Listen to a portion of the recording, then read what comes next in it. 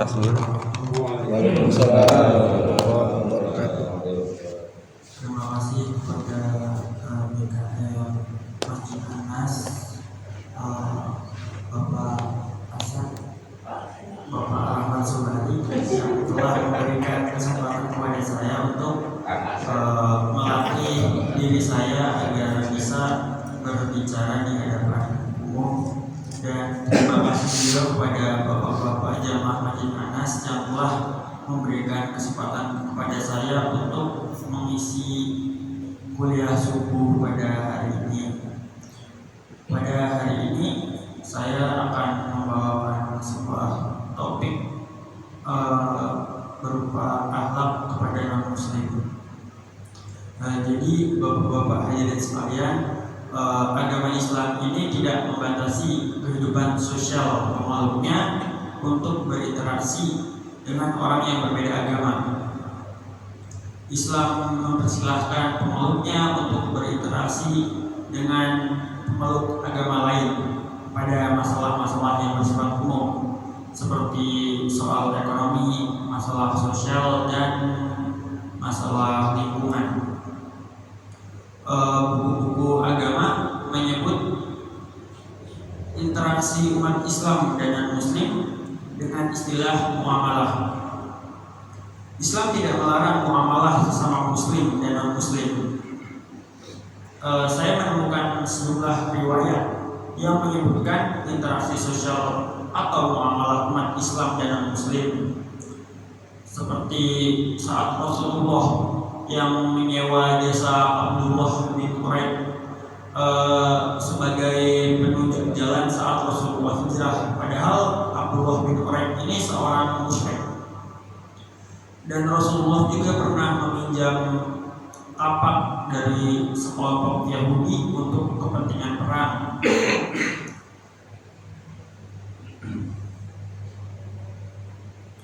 Kemudian ada juga Sofwan bin Umayyah. Beliau ini pernah ikut bergabung dalam pasukan Rasulullah pada perang Hunain.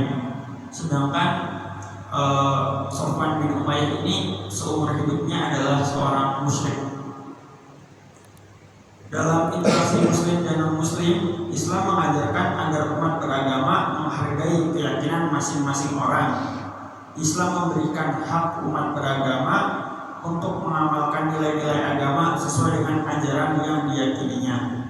Allah Subhanahu wa taala berfirman dalam surat Al-Kafirun, A'udzubillahi minasyaitonirrajim, Bismillahirrahmanirrahim. Qul ya ayyuhal kafirun la a'budu ma ta'budun wa la antum 'abiduna ma a'bud wa la ana 'abidun ma 'abadtum wa la antum 'abiduna ma a'bud lakum dinukum waliyadin. Yang artinya adalah, katakanlah, hai orang-orang kafir, aku tidak menyembah apa yang kamu sembah, dan kamu tidak menyembah apa yang aku sembah, dan aku tidak pernah menjadi penyembah apa yang kamu sembah, dan kamu tidak pernah pula menjadi penyembah apa yang aku sembah. Untukmu agamamu dan untukku agamaku. Nah, dalam surat Al-Kafirun ini menegaskan perbedaan keyakinan umat Islam dan non-muslim. Surat Al-Kafirun mengajarkan umat Islam dan non-muslim untuk saling menghargai ajaran agama lain, serta tidak menyinggung masalah agama orang lain. Jadi kita tidak boleh menyinggung permasalahan-permasalahan agama orang lain. Kita harus bertoleransi. Pada sejarah awal Islam, kita menemukan interaksi sosial dan kedekatan umat Islam yang begitu rapat antara muslim dan non-muslim. Kita menemukan dalam sejarah bagaimana hubungan Rasulullah dengan penguasa-penguasa non-muslim di sekitar negeri Arab. Sejarah juga mencatat umat Islam berinteraksi dengan baik dengan non-muslim di Madinah.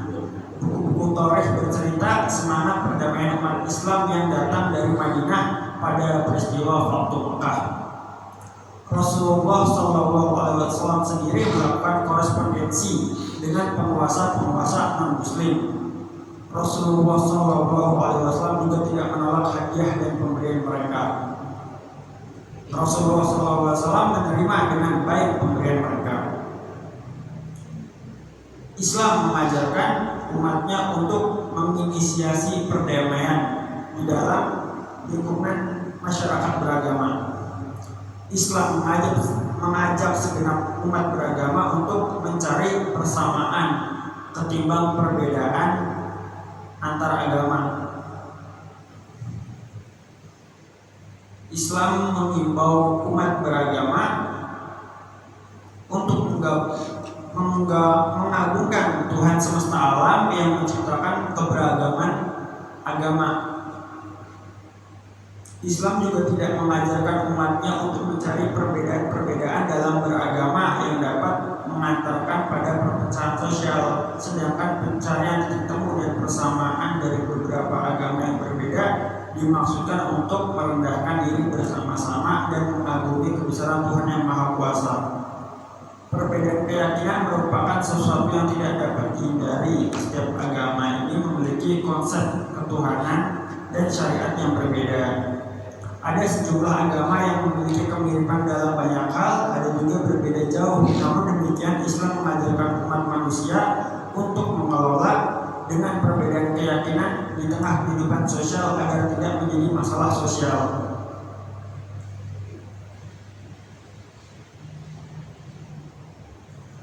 Maka Islam melarang umatnya untuk menyinggung konsep ketuhanan internal agama lain karena isu ini teramat sensitif dan rawan menjadi perpecahan dan perselisihan di antara umat beragama. Allah Subhanahu wa taala berfirman dalam surat Al-An'am ayat 108. A'udzubillahi minasyaitonirrajim. Bismillahirrahmanirrahim. Wa la tasubbul ladzina yad'una min dunillahi fayasubbullaha adwan bighairi ilm. Kadzalika zayyana likulli ummatin amalahum tsumma ila rabbihim marji'uhum fayunabbi'uhum bima kanu ya'malun. Yang artinya, dan janganlah kamu memaki sembahan-sembahan yang mereka sembah selain Allah, karena mereka nanti akan memaki Allah dengan melampaui batas tanpa pengetahuan. Demikianlah kami jadikan setiap umat menganggap baik pekerjaan mereka, kemudian kepada Tuhan mereka lah kembali mereka, lalu Dia memberitakan kepada mereka apa yang dahulu mereka kerjakan.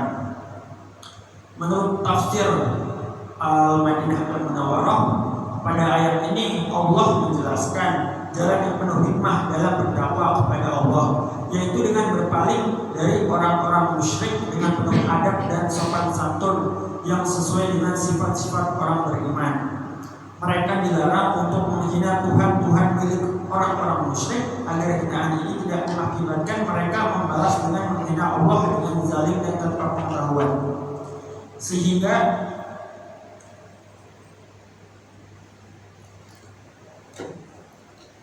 hinaan orang-orang beriman kepada Tuhan-Tuhan mereka menjadi sebab penghinaan terhadap Allah yang Maha Agung. Jadi akhir-akhir ini banyak sekali saya lihat di media sosial bahwa banyak orang-orang Islam ini yang berkomentar kepada postingan-postingan dari agama lain, menghina Tuhan-Tuhan mereka, Tuhan-Tuhan orang non-Muslim. Kemudian orang-orang non-Muslim ini membalas menghina Rasulullah dan menghina Allah dengan hinaan yang benar-benar bikin sakit hati kalau dibaca. Maka dari itu jangan ada saling menghina di antara umat beragama, karena ini tuh udah menjadi sunatullah bagi makhluk-makhluk Allah, bahwa manusia jika mencintai sesuatu maka dia akan membelanya meskipun itu adalah sesuatu yang buruk. Oleh sebab itu orang-orang musyrik tidak rela jika Tuhan-Tuhan mereka dihina, sehingga mereka menampakkan pembelaan. Allah menjadikan ketaatan indah di mata orang-orang yang taat dan kekafiran indah di mata orang-orang kafir. Mereka semua akan dikembalikan kepada Allah, kemudian Allah akan memberitahukan amal perbuatan yang telah mereka lakukan. Jadi dari sini dari materi yang saya bawakan tadi, bahwasanya kita itu boleh bermuamalah, boleh berinteraksi sosial dengan agama lain, tapi harus tetap menjaga etika kita dalam hidup di masyarakat beragama. Kita tidak boleh mengurusi agama orang lain, kita fokus sama agama kita, dan karena perbedaan kita tidak boleh membeda-bedakan, harus hidup berdampingan dengan damai. Jadi begitu bapak-bapak sekalian. Itu saya pernah lihat ada kejadian di salah satu desa di Bogor.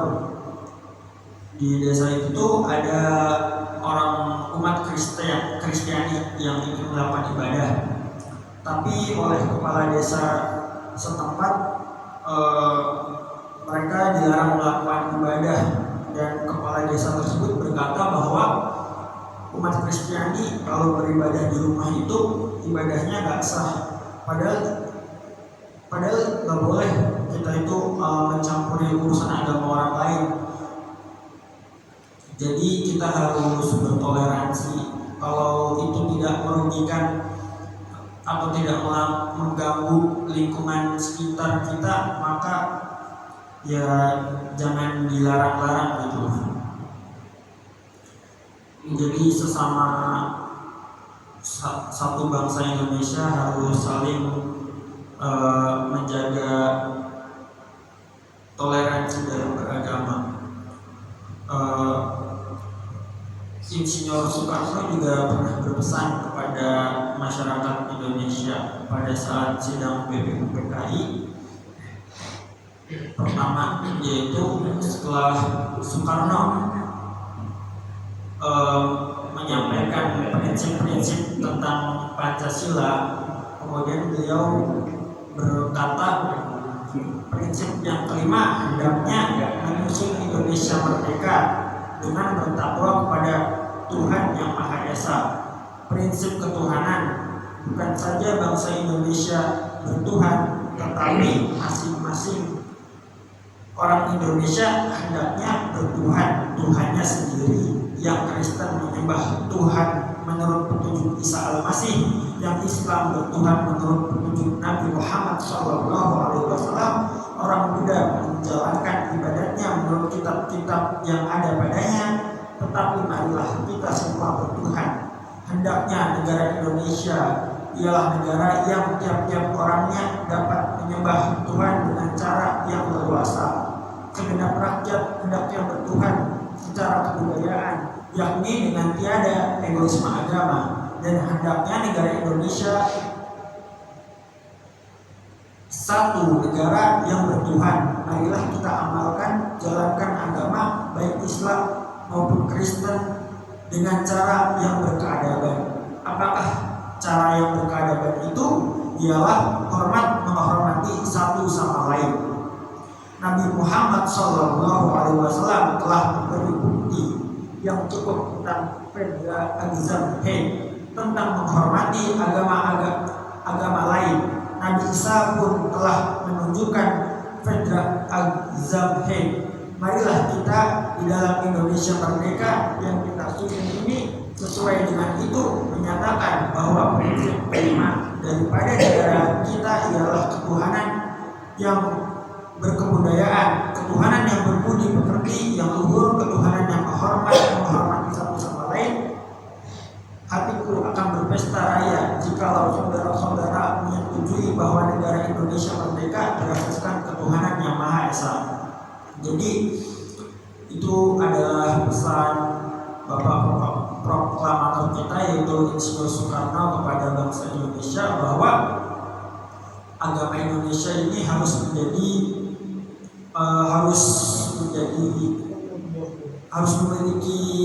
azas ketuhanan yang Maha Esa, yaitu yang tercantum dalam sila pertama Indonesia, bahwa setiap orang bebas beragama dan menjalankan agamanya sesuai ajarannya masing-masing, dan kita ini tidak diperkenankan mencampuri urusan agama orang lain. Terkait penghinaan agama ya, kalau ada yang menghina agama Islam gimana nih? Kalau ada yang menghina Allah dan Rasulullah gimana? Menurut Ustaz Khalid Basalamah, menurut beliau ya, kalau kembali ke dalil itu diperbolehkan, karena Rasulullah sendiri pernah meminta para sahabatnya untuk membunuh penghina Rasulullah, yaitu Ka'ab bin Safwan, Ka'ab bin Ashraf.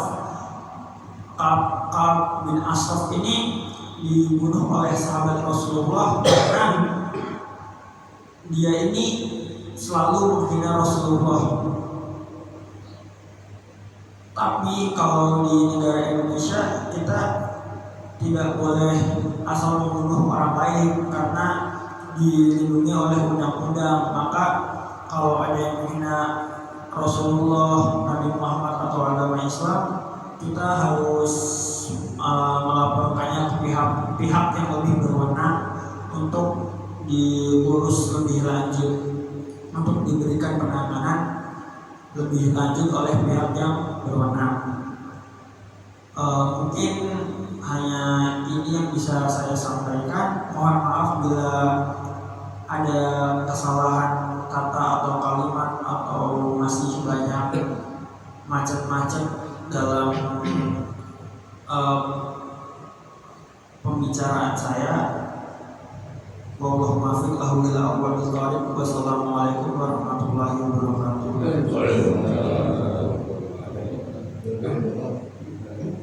Kalau ada yang mau bertanya silahkan. Assalamualaikum warahmatullahi wabarakatuh. Waalaikumsalam. Terima kasih Ustaz. Ini penjelasan tentang tadi akhlak terhadap kaum non muslim gitu ya. Dalam hal akidah dan ibadah memang kita tidak boleh mencampuri ya. Kita umat Islam dengan agama yang selain Islam ya, masing-masing ada yang namanya tadi surat surat yang kita jadikan dasar untuk bertoleransi. Lakum dinukum waliyadin itu masalah akidah dan ibadah. Tapi dalam hal yang berkaitan dengan muamalah memang bebas kan. Kita mau belanja di toko mereka, di toko non muslim, tidak ada masalah. Mereka berbelanja, berinteraksi dengan kita, berkehidupan sosial, berroyong itu dengan mereka itu tidak ada masalah. Nah, terkait dengan adanya larangan beribadah seperti tadi yang disampaikan Bogor yang kita dengar kan, sebenarnya masalah beribadah itu sudah diatur tempat beribadah oleh kaum mereka itu, orang muslim itu. Tempat ibadah itu memang ada dulu peraturan 3 menteri ya yang melarang rumah tempat tinggal itu dijadikan ibadah. Beda lah dengan kita, lingkungan kita kan mayoritas muslim kan, mau pengajian, mau tahlilan, apa itu kan beda. Mereka itu kalau ibadah di lingkungan katakan di komplek gitu kan, mereka itu secara jumlah katakanlah 1-2 orang gitu kan, tapi nanti mendatangkan dari daerah lain itu yang kadang-kadang yang membuat apa ya, melanggar lah aturan 3 menteri dulu itu yang larang rumah tempat tinggal, yang menjadi kadang-kadang menjadi konflik itu begitu, sehingga ya mungkin nanti ulah tadi itu bisa benar juga gitu, agar tidak terjadi hal-hal yang nanti apa ya, tegangan lah gitu misalnya antara yang muslim dengan apa ya, karena tempat ibadah mereka itu sebenarnya sudah diatur gitu. Nah mungkin itu dari saya mungkin bisa ditambahin lagi. Terima kasih. Assalamualaikum warahmatullahi wabarakatuh. Jadi ya silakan.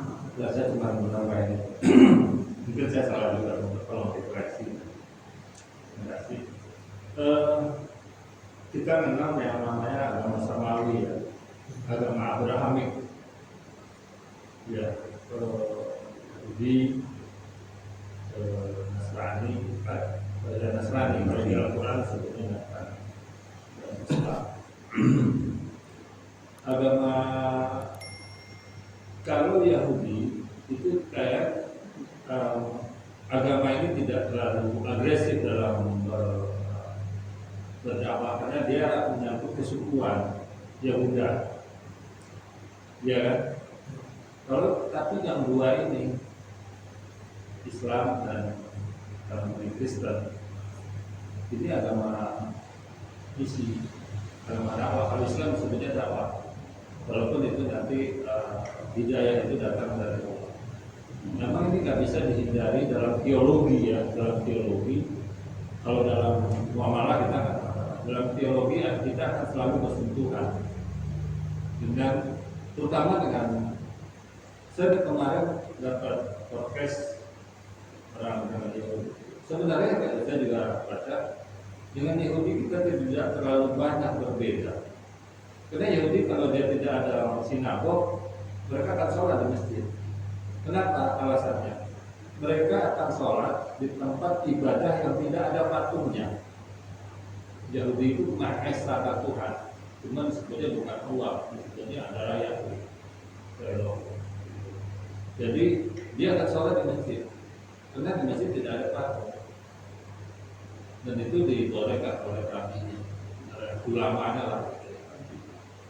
Jadi seperti yang disampaikan tadi di media sosial terjadi, memang kadang-kadang kita diam, tapi kita dihina juga nggak bisa diam juga gitu. Kita punya referensi yang banyak, dan teologi dan apologi Islam. Saya sih banyak melihat apologi Islam cukup pintar menangkal hal-hal yang subhat tentang Islam. Jadi memang kita tidak bisa diam hal yang tertentu ya, ada pembinaan kadang-kadang kita tidak memulai. Ya kita lihat di media massa, ya kadang-kadang mereka datang rumah ke rumah. Ya hal itu kan terjadi pergesekan karena mereka agama misi. Pergesekan itu nggak bisa dihindari. Nah, selama itu bisa dalam tatanan teologi, kita masih bisa mengkontrasnya ya tetap dengan cara yang sopan tentunya. Ya saya lihat itu yang agak susah kita dalam teologi, kita akan banyak bersentuhan karena sama-sama mencari apa namanya mencari jamaah. Itu sih yang saya tambahan aja. Terima kasih. Ya, terima kasih Pak atas tambahannya. Untuk yang tadi di Bogor mungkin karena saya kurang melakukan riset, soalnya banyak yang mengatakan bahwa itu adalah hal yang salah menurut Islam karena mereka dianggap tidak toleransi. Tapi tadi Bapak yang ini sudah menjelaskan kalau bahwasanya beribadah, umat Kristiani beribadah di rumah itu adalah tindakan yang salah ya Pak. Terima kasih atas ininya. Nanti akan saya cari lagi untuk penjelasannya. Dan untuk Bapak yang sebut lagi yang dikatakannya benar bahwasanya dalam agama Islam dan Kristen dalam ranah teologi selalu bersinggungan. Ya gitu aja sih. Apalagi apa ada yang menambahkan atau bertanya lagi? Ya persilakan. Kalau dengan non muslim kita bisa bermuamalah, artinya untuk urusan akidah beda gitu ya. Iya benar.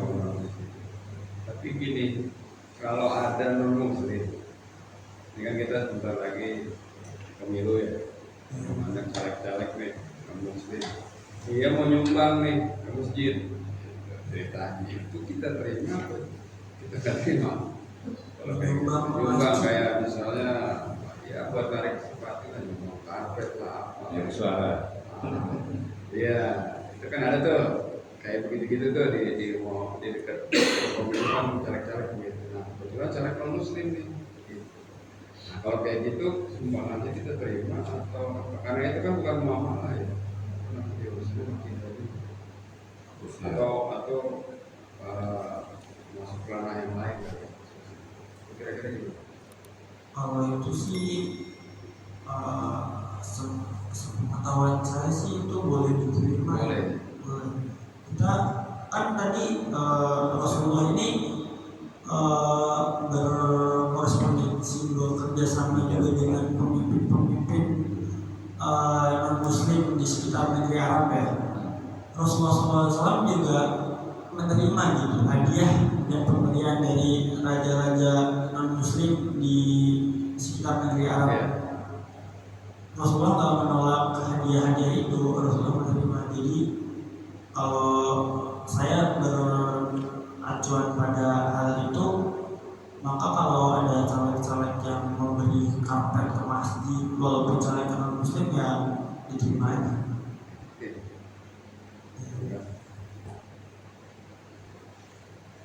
Baik, saya tambahkan sedikit tentang apa dari Bang Ito. Dengan catatan dia boleh nyumbang ke masjid, tapi nggak boleh kampanye.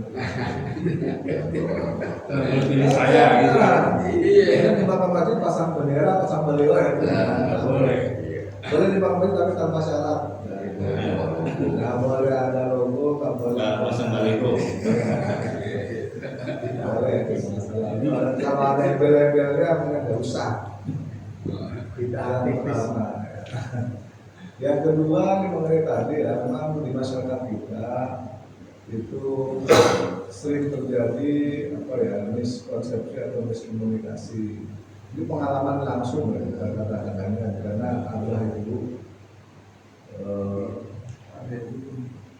namanya selain dari ketua MUI, beliau juga ketua FKUB, Forum Komunikasi Perhimpunan Antar Beragama, FKUB Cirebon. Jadi memang permasalahannya itu terutama tadi yang Pak Yilman bilang, karena agama asalnya itu Kristen ini agama yang misius berbawa misi, misionaris. Mereka seringkali menggunakan celah itu tadi, bilangnya emang orang Islam nggak toleran, masa nggak boleh mengadakan ibadah gitu. Padahal kenyataannya apa? Kenyataannya adalah bahwa sebuah umat beragama jika ingin melaksanakan sebuah kegiatan peribadatan itu ada sesuatu di dalam undang-undang. Tinggal patuhi aja apa yang ada di dalam undang-undang itu pasti boleh. Gitu. Masalahnya yang mereka tak melanggar undang-undang. Contoh, di dalam undang-undang dikatakan boleh mendirikan rumah ibadah jika minimal ada 40 kakak di sekitarnya yang beragama itu. Boleh. Ada undang-undang itu kan? 40 atau 60? Ya, saya lupa angka pastinya. 60 deh. 40 atau 60 ya, ada. Artinya ada komunitinya di situ. Yang jadi masalah adalah di situ nggak ada komunitinya. Nah itu mereka bikin rumah ibadah, nanti udah orang dari luar gitu datang. Itu kan namanya melanggar ketentuan undang-undangan. Coba kalau sebaliknya umat Islam yang beribadah di Papua, sama juga kan begitu. Nggak boleh umat Islam mendirikan masjid, ya kan di tengah-tengah orang atau di Bali misalnya, ya kan mendirikan masjid di tengah kumpulan orang-orang yang non Muslim, tapi sedikit di situ umat Islam cuma 2-3 orang, kemudian bikin masjid itu nggak boleh secara undang-undang sama itu nggak boleh. Dirikan perumahan dulu, baru masjid. Nah, dulu yang mana adalah warganya itu satu Muslim semua. satu agama semua, boleh itu baru dirikan masjid kata-katanya. Ya, emang ada saatnya 40 atau 60 gitu kan di sekitar itu masyarakatnya yang beragama Islam baru boleh mendirikan rumah ibadah. Kalau tidak, ya nggak boleh. Cuman yang mencuat di masyarakat adalah wah Islam nggak toleran. Tapi itu kan, ibu mau bikin gereja nggak boleh, dilarang. Kan bahasanya seperti itu. Padahal sebetulnya mereka ada sesuai dengan peraturan. Iya sih. Karena setiap mendirikan rumah ibadah itu harus ada surat rekomendasi dari ketua FKUB. Tangan. Itu yang namanya duit, orang harus untuk rumah. Mohon diberikan izin. Itu kalau bukan gua doyan duit. Ada gereja di Cirebon itu udah nambah gitu. Itu nggak usah apa ini, bukan. Nggak usah ini. Yang penting kamu ikuti, kamu peraturan undang-undangnya, nanti saya tanda tangani. Perlu gini-ginian.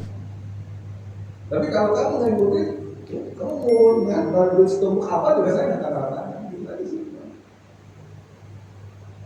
Jadi kalau mengikuti undang-undang sudah sesuai dengan prosedur, itu jalankan aja. Kita harus rekomendasi dulu. Nah, banyak masalahnya ada seperti itu. Sampai di sini lah ya sama ayah saya kan. Heran ya saya gitu kan. Kenapa sih kok dari umat Islam? Umat Islam kan mau jumatan di mana bisa. Mau sholat ketemu masih di jalan, berarti pasti sholat bisa. Kenapa kalau umat Nasrani nggak bisa kayak gitu? Jadi nggak bisa mereka tuh kalau jalan baru ada gereja hari itu berhenti dulu.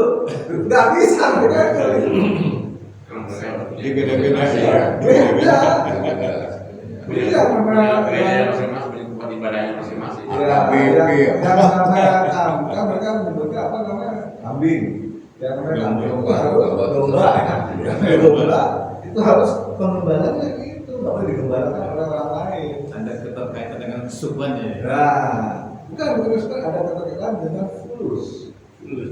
Enggak, kesukuannya juga Pak. Makanya di Medan itu Ya, ada yang namanya gereja orang Karo, ada yang namanya orang Simalungun, Ya. ada. Jadi karena apa? Dalam penyampaian khutbahnya itu mereka nggak paham. Misalnya gini, ada gereja orang Jawa, orang Sunda masuk situ, nggak paham. Bisa, ya. Kalau disampaikan khutbahnya itu bahasa Jawa, orang Sunda, Kristen Sunda, apa orang Padang juga datang situ, apa yang disampaikan kayak gitu. Ya kalau daerah seperti Kayak itu. suku gitu. Kalau di kota besar juga ya, memang tidak ada persukuan, kalau di Jakarta gitu kan. Itu mereka nggak bisa, kenapa? Karena kalau bukan gembalanya, ya nggak bisa dia ngasih ini. Jadi harus gembala saya siapa nih? Gembalanya itu, ya dia datangnya harus di situ. Nggak bisa dia numpang. Oh, saya mau baktian nih, misalnya 10 numpang sini ada berhenti dulu. Kalau kita kan lagi perjalanan jauh, suatu subuh misalnya jalan kan bisa masjid mana aja. Mau Jumatan di masjid mana aja bisa. Mereka nggak bisa. Ini masalahnya. Sehingga mereka ya kalau ada komunitas mereka punya sendiri dengan satu orang gembala, ya mereka akan mendirikan rumah ibadah sebelumnya begitu. Dimanapun itu berada. Tapi tinggal datang diundang ke situ. Masalahnya itu melanggar undang-undang. Gitu. Sama dengan umat Islam juga tidak diperbolehkan mendirikan masjid sembarangan di Bali, di Papua, nggak bisa. Bahkan kemarin peristiwa kan pas sholat Idul Fitri itu ramai Papua itu. Ya kan terjadi keributan karena orang Papua melarang umat Islam melaksanakan sholat Idul Fitri. Seperti itu. Jadi memang kembali kepada negara masing-masing dan peraturan perundang-undangan yang berlaku. Selama peraturan perundang-undangannya tidak dilanggar, umat Islam insya Allah akan toleransi seperti itu. Jangan sampai dikatakan toleransi padahal mereka yang melanggar ketentuan.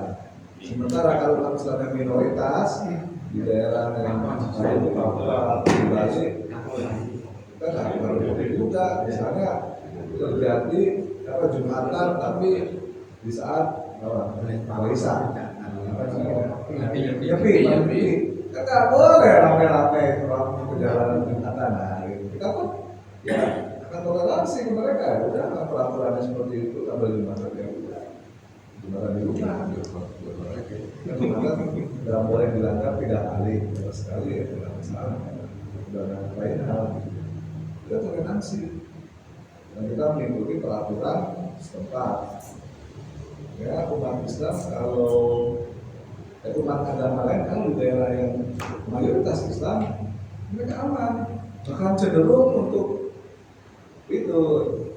Tapi kalau beda kalau umat Islam hidup di daerah yang minoritas umat Islam ya, justru malah cenderung terkekang. Kita tambah dari saya kira-kira itu. Silakan. Ya. Nah, bapak lu nanti Saya tambahkan sedikit tadi kalau soal jadi dalam Nasrani itu kan ada beberapa kelompok lah atau beberapa aliran. Jadi kalau kita juga harus bedakan antara Kristen, Protestan dan Katolik. Kalau yang membawa nama daerah tadi seperti disebutkan Pak Azul itu ya, misalnya Simalungun atau apa, itu biasanya udah sudah Katolik lah, mungkin itu yang Protestan biasanya gitu. Saya contohkan juga kalau di Katolik, kalau saya muda dulu ya, itu ya kalau kita mau sholat hari Minggu, karena kebanyakan sih yang umat yang umat Muslim tahu lah ya, di luar Katolik bahwa ibadahnya kan tahunya cuma Minggu aja. Sebenarnya enggak begitu, ada juga yang memang itu tiap pagi ada tuh misa gitu. Dan sesat kalau di khususnya Katolik, kita mau kemana pun asal itu gereja Katolik ya nggak masalah, bisa gitu. Jadi bisa kita lagi di Jogja atau di Balikpapan ya ada gereja, emang itu gereja Katolik ya masuk aja gitu. Ya sebenarnya sama-sama Katolik gitu ya. Tapi kalau di luar itu saya nggak tahu, lumayan mungkin perlu saya tambahkan penjelasan ya. Kalau di Katolik seperti itu bisa ada pemisahan atau itu khusus lah gitu. Itu aja sih bang. Terima kasih teman-teman penjelasannya. Ada memang gantung dunia juga ya berarti ya, maksudnya Katolik bisa dimana ibadahnya. Ya Kaiman. Saya hanya karena ini masih muda dan dia belajar tentang teologi, nggak tahu jurusan apa. Bimbingan dan penyuluhan Islam. Apa? Bimbingan dan penyuluhan Islam. Nah, bimbingan dan penyuluhan cocok ini saya kira. Nasihat atau saran atau perbanyak literasi, karena nanti akan banyak jemaah akan bertanya, apalagi bimbingan Islam. Akan banyak pertanyaan-pertanyaan yang menyentuh terhadap di lingkungan, hubungan antar agama.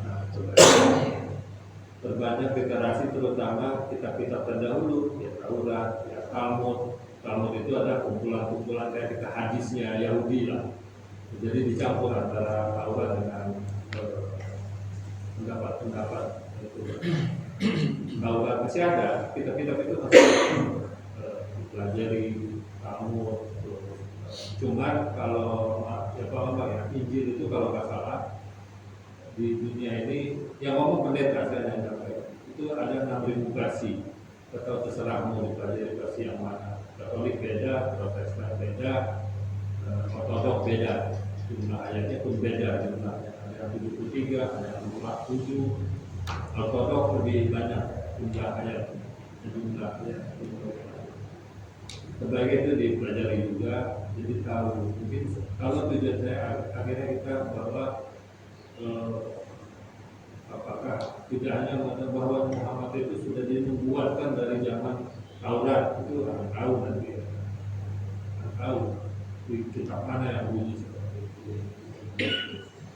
Seperti nanti ada ya bahwa yang tidak boleh makan babi, di Kristen juga tidak boleh makan babi. Ada di ayat Injil, di Imamat, di Injil, bahwa Tuhan itu bukan manusia dan dia tidak beranak, ada di bilangan. Kayak surat Al-Kafiru ada. Nah, yang gitu-gitu harus kenal di teologi. Ada juga bimbingan Islam, pasti bersinggungan itu untuk mengenal literasi terutama agama-agama Islam. Apa perlu kuasai bahasa Ibrani? Bahasa Yahudi, bahasa Yahudi. Enggak, apa itu bahasa Arami. Bahasa Arami juga kan, Ibrani itu termasuk kelompoknya bahasa Arami. Ya itu aja sebagai informasi. Jadi nanti literasinya banyak, ya kita siap. Ya itu akan menyebabkan kita menjadi sangat toleran dengan orang, karena kita sudah Sebenarnya Islam itu paling toleran. Toleran. Contohnya, zaman Utsmani ada surat dari Yahudi ke Eropa, pindah kalian ke daerah Utsmani, kalian aman, tidak dibunuh. Di Eropa kan dibunuh, aman kalian tinggal di Turki. Ada suratnya sampai sekarang. Yahudi sekarang kalau tenang aja itu hidup di Maroko, tuan yang tidak ada Jazair di Maroko. Di Afghanistan pun hari ini masih ada ya. Mereka diwawancara aman, saya berdagang di sini, tidak ada apa-apa itu. Dalam teologi kita tidak ada masalah. Islam lebih toleran. Karena kita yaitu surat Al-Kafir itu jelas ya, sangat jelas kita juga. Tapi jangan coba mengganggu. Masalahnya kan itu, masalahnya dari rumah di sini kan taat aturan, Islam taat aturan, benar jelas. Tidak permisif. Kalau maaf ya mungkin saya salah kalau maaf. Kalau terutama di perjanjian baru itu atau yang di Kristen yang saya tahu itu agak permisif, yang merubah tidak boleh makan babi, tidak boleh sunnah dan tidak menjadi sunnah. Itu kan merubahnya itu kan boleh dirubah, bukan Tuhan yang merubah.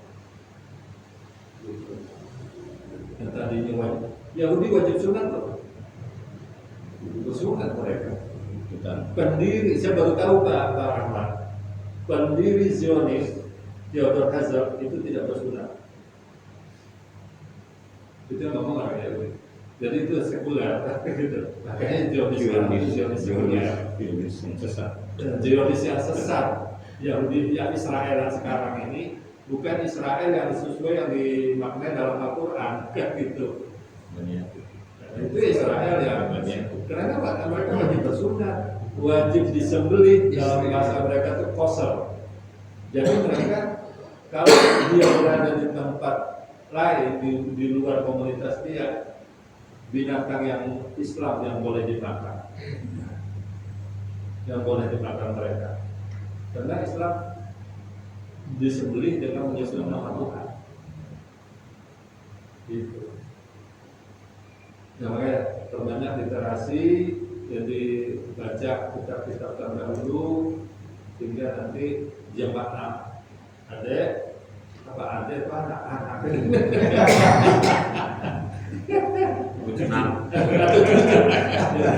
nanti jemaah Anda banyak hal-hal yang menyangkut saya sebut itu karena agama itu dan ke depan saya selagi agama yang akan berkembang ke depan. Kamu ya coba omongan saya nanti kamu ya masih muda, agama yang bisa didiskusikan, bukan hanya dogma. Agama yang menurut pendapat orang asing, agama yang bisa didiskusikan, didialogkan adalah agama Islam, bukan dogma. Nah, Yahudi itu agama kesukuan, turunan Yahuda. Maka mereka tidak berkembang di dunia, hanya 10 atau berapa, kita di bawah 20 jutaan. Mereka agama Bani Israel, Bani itu kan keturunan. Ya kalau bukan keturunan Israel ya bukan Yahudi namanya, Bani Yehuda. Ada 12 orang kan anaknya itu. Nah, gitu. Jadi itu aja sebagai tambahan, mudah-mudahan sukses. Baca banyak literasi sehingga nanti cocok dengan jurusan kamu, misalnya apa pembinaan Islam ya, Islam dan pembinaan Islam. Terima kasih. Itu aja tambahan. Enggak, sedikit lagi tambahan masalah toleransi tadi. Jangan sampai begini. Akhir-akhir ini kita melihat ada yang namanya toleransi kebablasan. Ya kan, akhir-akhir ini pada saat hari-hari besar mereka itu apa ya, mengajak-ngajak umat Islam ya Natalan bersolawat di gereja. Itu kan apa ya, ini masa kok kayak gini ya gitu kan, ya marah lah kok umat Islam diajak pada saat Natalan bersolawatan di tempat ibadah mereka. Jadi kan nggak benar. Jadi harus dikembalikan lagi lah. Kenal umat Islam itu sesuai dengan agama. Kalau itu memang nggak boleh, ya nggak boleh, jangan ini. Ya kan mengajak-ajak lah. Gitu. Ya kan. Jadi namanya toleransi kebablasan bukan begitu toleransi sebenarnya. Toleransi itu dalam yang bagus dia. Dia kan mereka berada sesuai dengan kita berbeda sesuai agama kita masing-masing gitu. Toleransi bukan toleransi yang kita ikut ibadah mereka, ikut toleransi mereka, ikut ibadah kita. Jadi toleransi begitu ya kan. Kayak dulu permintaan apa yang Nabi Muhammad gini aja lah. Hari ini kami ikut ibadah cara kamu, besok Muhammad kami ikut ibadah kan gitu kan. Tawarannya kan, yang hampir-hampir Rasulullah ikut mau, contoh juga ini gitu ya. Kalau turun kafir itu kan, nah gitu tambahannya kasih. Jadi kalau boleh toleransi berlebihan ya, harus toleransi ada batas. Kebablasan lah, ya kan.